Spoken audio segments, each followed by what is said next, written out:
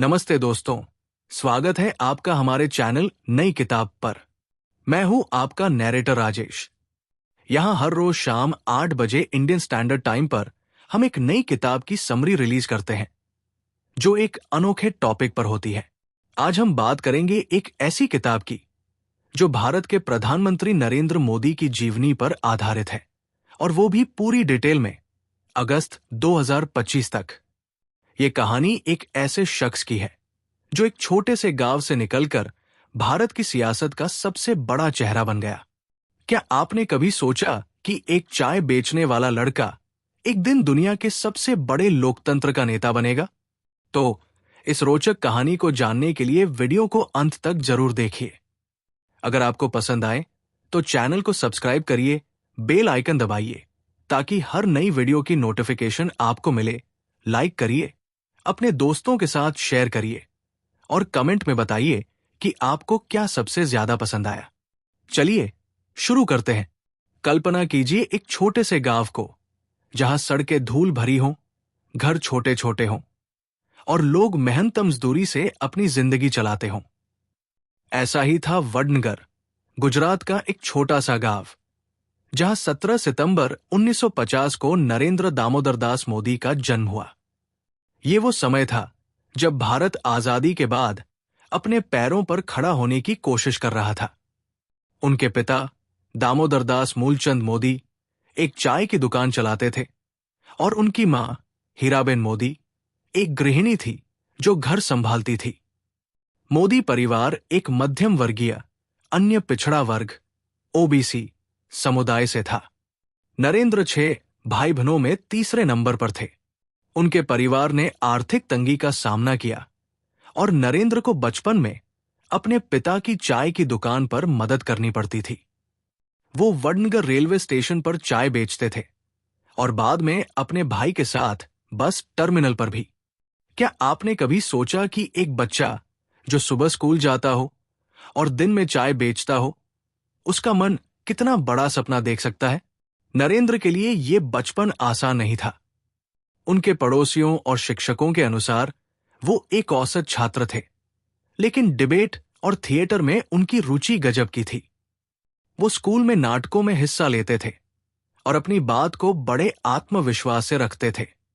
एक बार स्कूल के एक नाटक में उन्होंने ऐसा प्रदर्शन किया कि लोग हैरान रह गए। ये छोटी छोटी चीजें थी जो उनके नेतृत्व के बीज बो रही थी। 8 साल की उम्र में नरेंद्र ने राष्ट्रीय स्वयंसेवक संघ आरएसएस की शाखाओं में जाना शुरू किया। वहां वो अपने गुरु लक्ष्मणराव इनामदार से मिले, जिन्होंने उन्हें राजनीति और समाज सेवा का पाठ पढ़ाया। क्या आपने कभी सोचा कि एक संगठन आपके जीवन को कैसे बदल सकता है? नरेंद्र के लिए आरएसएस वो मंच था जिसने उनकी सोच को नया आकार दिया। उनके बचपन की एक कहानी बहुत मशहूर है। एक बार बाढ़ में एक मगरमच्छ नदी में बह गया था और नरेंद्र ने हिम्मत दिखाकर उसे बचाने की कोशिश की। यह सुनकर आपको हंसी आएगी, लेकिन यह घटना उनकी नन्ही उम्र में उनकी हिम्मत को दर्शाती है। स्कूल में वो नेशनल कैडेट कॉर्प्स एनसीसी में भी शामिल हुए, जो उनके अनुशासन और देशभक्ति को और मजबूत करता गया। एक बार स्कूल के डिबेट में उन्होंने ऐसी बातें कही थी कि उनके शिक्षक ने कहा, यह लड़का एक दिन बहुत बड़ा बनेगा।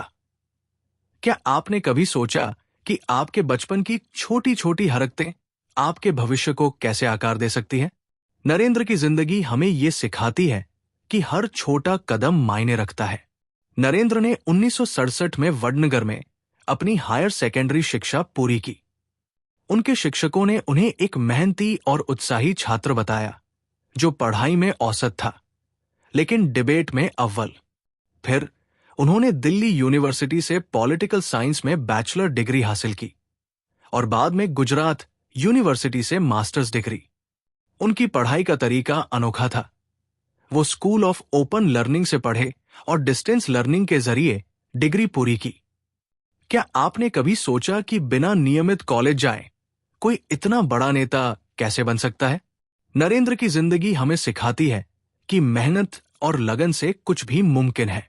17 साल की उम्र में उनकी शादी जशोदाबेन चिमनलाल से कर दी गई, जो उनकी जाति की परंपरा के अनुसार तय हुई थी।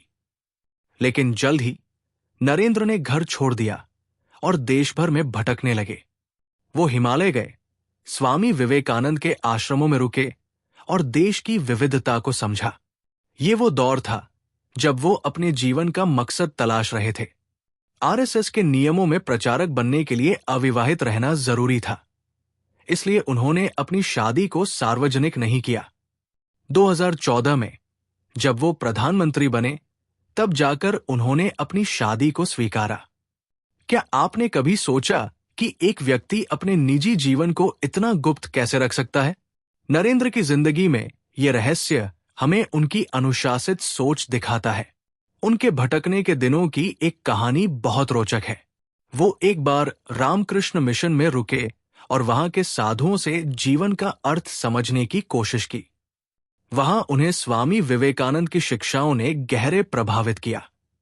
स्वामी विवेकानंद का एक वाक्य, उठो, जागो और तब तक मत रुको जब तक लक्ष्य न मिल जाए, उनके जीवन का मंत्र बन गया। क्या आपने कभी किसी ऐसी बात से प्रेरणा ली है जो आपके जीवन को बदल दे? नरेंद्र के लिए यह दौर उनके व्यक्तित्व को निखारने वाला था। 1970 के दशक में नरेंद्र आरएसएस के प्रचारक बन गए। वो सुबह 5 बजे उठते थे, शाखाओं में जाते थे और समाज सेवा में जुटे रहते थे। 1971 में वो दिल्ली में जनसंघ की सत्याग्रह रैली में शामिल हुए और यहां तक कि तिहाड़ जेल में कुछ समय के लिए बंद भी हुए।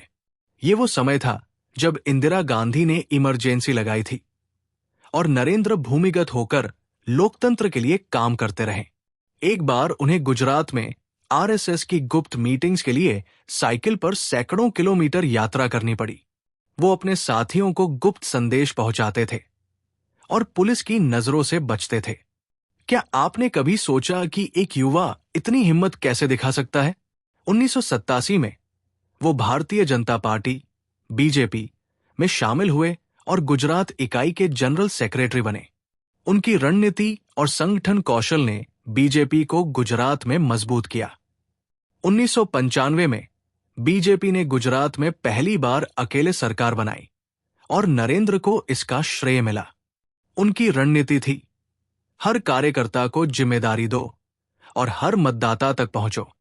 1995 में वो बीजेपी के नेशनल सेक्रेटरी बने और दिल्ली में काम करने लगे।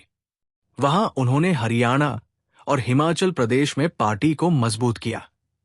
1998 में वो नेशनल जनरल सेक्रेटरी बने और बीजेपी की 1998 की लोकसभा जीत में उनकी रणनीति का बड़ा योगदान था। क्या आपने कभी सोचा कि एक व्यक्ति इतने बड़े संगठन को कैसे बदल सकता है? नरेंद्र की जिंदगी हमें सिखाती है कि सही रणनीति और मेहनत से कुछ भी हासिल किया जा सकता है। 2014 में नरेंद्र मोदी बीजेपी के पीएम कैंडिडेट बने। उनकी प्रचार रणनीति अभूतपूर्व थी। उन्होंने पूरे देश में रैलियां की और उनकी स्लोगन अच्छे दिन आने वाले हैं ने लोगों का दिल जीत लिया। वो सोशल मीडिया पर भी बहुत एक्टिव थे। ट्विटर और फेसबुक पर उनकी पोस्ट्स लाखों लोगों तक पहुंची। बीजेपी ने 282 सीटें जीती और नरेंद्र 26 मई 2014 को भारत के 14वें प्रधानमंत्री बने। ये भारत का पहला गैर कांग्रेसी पीएम था जो पूर्ण बहुमत के साथ सत्ता में आया। उनके पहले कार्यकाल में कई बड़े रिफॉर्म्स हुए। डिजिटल इंडिया ने टेक्नोलॉजी को हर घर तक पहुंचाया। मेक इन इंडिया ने भारत को मैन्युफैक्चरिंग हब बनाने की कोशिश की। स्वच्छ भारत अभियान ने देश को साफ सुथरा बनाने का लक्ष्य रखा। 2016 में उन्होंने नोटबंदी की घोषणा की, जिसने 500 और 1000 रुपए के नोटों को बंद कर दिया। इसका मकसद काला धन रोकना था, लेकिन इसने इकोनॉमी को झटका दिया। फिर जीएसटी लागू हुआ, जिसने टैक्स सिस्टम को एक्सपांड किया। इन रिफॉर्म्स की तारीफ भी हुई और आलोचना भी। क्या आपने कभी सोचा कि इतने बड़े फैसले लेना कितना जोखिम भरा हो सकता है? 2019 में बीजेपी ने फिर से 303 सीटें जीती और नरेंद्र दूसरी बार पीएम बने। इस बार उन्होंने जम्मू कश्मीर से आर्टिकल 370 हटाया और राम मंदिर का निर्माण शुरू किया। ये फैसले उनके हिंदू राष्ट्रवादी समर्थकों के बीच बहुत लोकप्रिय हुए, लेकिन कई लोगों ने इसे ध्रुवीकरण करने वाला बताया। 2024 में बीजेपी को पूर्ण बहुमत नहीं मिला, लेकिन एनडीए गठबंधन ने 293 सीटें जीती और नरेंद्र तीसरी बार पीएम बने। क्या आपने कभी सोचा कि एक नेता इतने लंबे समय तक इतना प्रभावशाली कैसे रह सकता है? 2025 में भारत पाकिस्तान तनाव बढ़ा जब जम्मू कश्मीर में एक आतंकी हमला हुआ। नरेंद्र ने सख्त रुख अपनाया और मई 2025 में भारत ने पाकिस्तान में लश्कर ताइबा के ठिकानों पर हमला किया। इसके बाद एक सीज फायर हुआ, लेकिन दोनों देशों के बीच तनाव बना रहा। उनकी सरकार पर डेमोक्रेटिक बैकस्लाइडिंग के आरोप लगे और कई लोग उनकी हिंदू राष्ट्रवादी नीतियों की आलोचना करते हैं। फिर भी उनकी अप्रूवल रेटिंग्स भारत में हाई है। हाल ही में नरेंद्र ने जीएसटी में बड़े बदलाव किए, जिससे रोजमर्रा की चीजें सस्ती हुई। उन्होंने जी20 समिट में भारत की मेजबानी की और पर्यावरण और डिजिटल इकोनॉमी पर जोर दिया। उनकी किताब ज्योतिपुंज में उन लोगों का जिक्र है जिन्होंने उन्हें प्रेरित किया। एक बार जी20 समिट में उन्होंने कहा, भारत अब सिर्फ एक देश नहीं बल्कि एक वैश्विक शक्ति है। यह सुनकर दुनिया भर के नेताओं ने उनकी तारीफ की। क्या आपने कभी सोचा कि एक नेता इतने विवादों के बीच इतना लोकप्रिय कैसे रह सकता है? नरेंद्र की जिंदगी हमें यह सिखाती है कि नेतृत्व का मतलब है लोगों का भरोसा जीतना। नरेंद्र की निजी जिंदगी हमेशा चर्चा में रही। उनकी पत्नी जशोदाबेन से वो अलग रहते हैं। उनकी मां हीराबेन, जो 2022 में गुजर गई, उनकी सबसे बड़ी प्रेरणा थी। वो योग और ध्यान के शौकीन हैं और यून में इंटरनेशनल योगा डे की शुरुआत उनके सुझाव पर हुई। वो शाकाहारी हैं और सादगी से रहते हैं। एक बार उन्होंने एक इंटरव्यू में कहा, मैं 18 घंटे काम करता हूं और मेरे लिए देश ही मेरा परिवार है। क्या आपने कभी सोचा कि एक नेता की निजी जिंदगी इतनी सादी हो सकती है? नरेंद्र की जिंदगी हमें सिखाती है कि सादगी और मेहनत ही असली ताकत है। दोस्तों, ये थी नरेंद्र मोदी की जीवनी की समरी, जो हमें दिखाती है कि मेहनत और लगन से कोई भी मुकाम हासिल किया जा सकता है।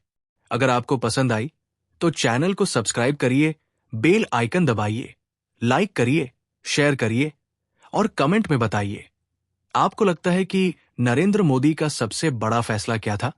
मिलते हैं अगली किताब में।